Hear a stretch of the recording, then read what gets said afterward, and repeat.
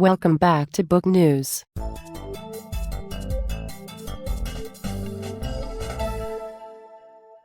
Super 8. The Trip, Super 8. This is the rarest of things this time of year, a summer blockbuster that's completely earnest and irony-free, not filled with cheeky pop culture references or cheesy product placement. The effects, while spectacular, also happen to be germane to the plot, and they have an intimate, tactile quality, rather than seeming too glossy or removed from reality. So all you are left with is story, and strong performances, and well-developed characters, and a believable emotional arcade and genuine thrills. And that's apropos, given that it's a love letter to the man who skillfully wove together all those elements in inventing the modern blockbuster. PG-13 for intense sequences of sci-fi action and violence, language and some drug use. 112 minutes. 3 stars out of 4. New Ace Atkins novel, a Deep South thriller. The Ranger, by Ace Atkins, a fast-paced thriller set in a backwoods Mississippi hamlet beset with violence and corruption. The Ranger is the enticing first novel in a new series by Southern author Ace Atkins. It features Quinn Coulson as an Army Ranger back from Afghanistan and heading home on leave to sort out a favorite uncle's curious death, Coulson's own fractured family and the lost love of his youth.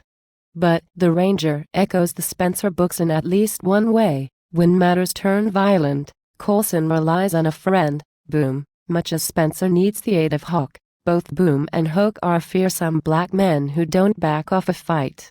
But this is crime genre writing. There may be one too many plot twists or rounds of mayhem for some, but with The Ranger, Atkins has made Coulson's harrowing trip home a memorable debut for a new series. Prepare to be assimilated by Robopocalypse. Robopocalypse, by Daniel H. Wilson. You're not sure you need another artificial intelligence/robot uprising story in your life. There have been so many. But the curiously motionless molded face staring back from the book cover of Robopocalypse is enchanting. Sterile, but menacing. Placid, but full of the potential for violence.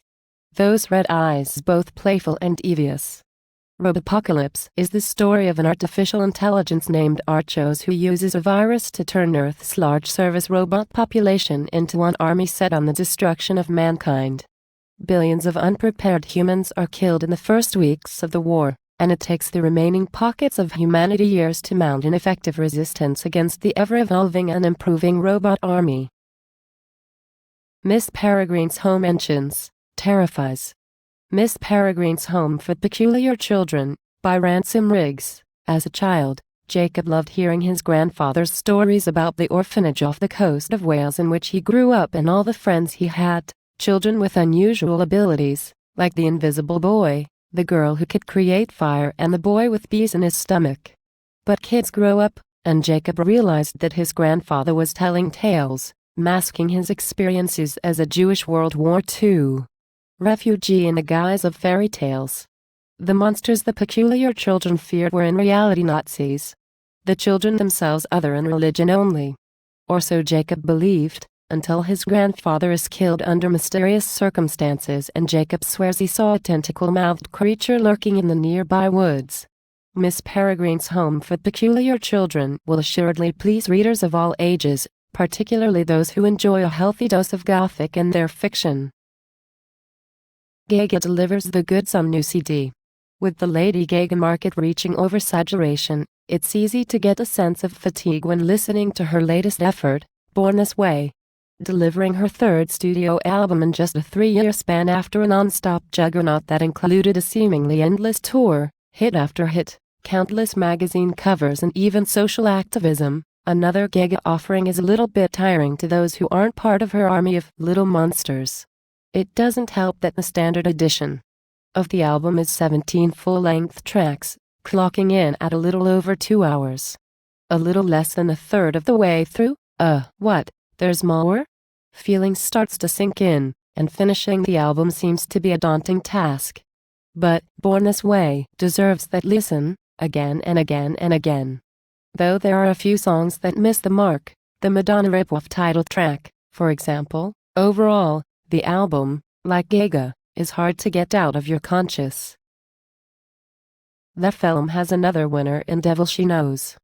The Devil She Knows, by Bill Lefilm. Maureen Coughlin, a 29-year-old cocktail waitress at a seedy Staten Island bar, has dropped out of college and is lying to her mother about it. She tells herself she's saving money so she can go back to school, but she knows that is also a lie. Late one night, after closing time, she stumbles upon a homosexual encounter between her boss and Frank Sebastian, a powerful Staten Island politician. "I didn't see anything," she says, and rushes off.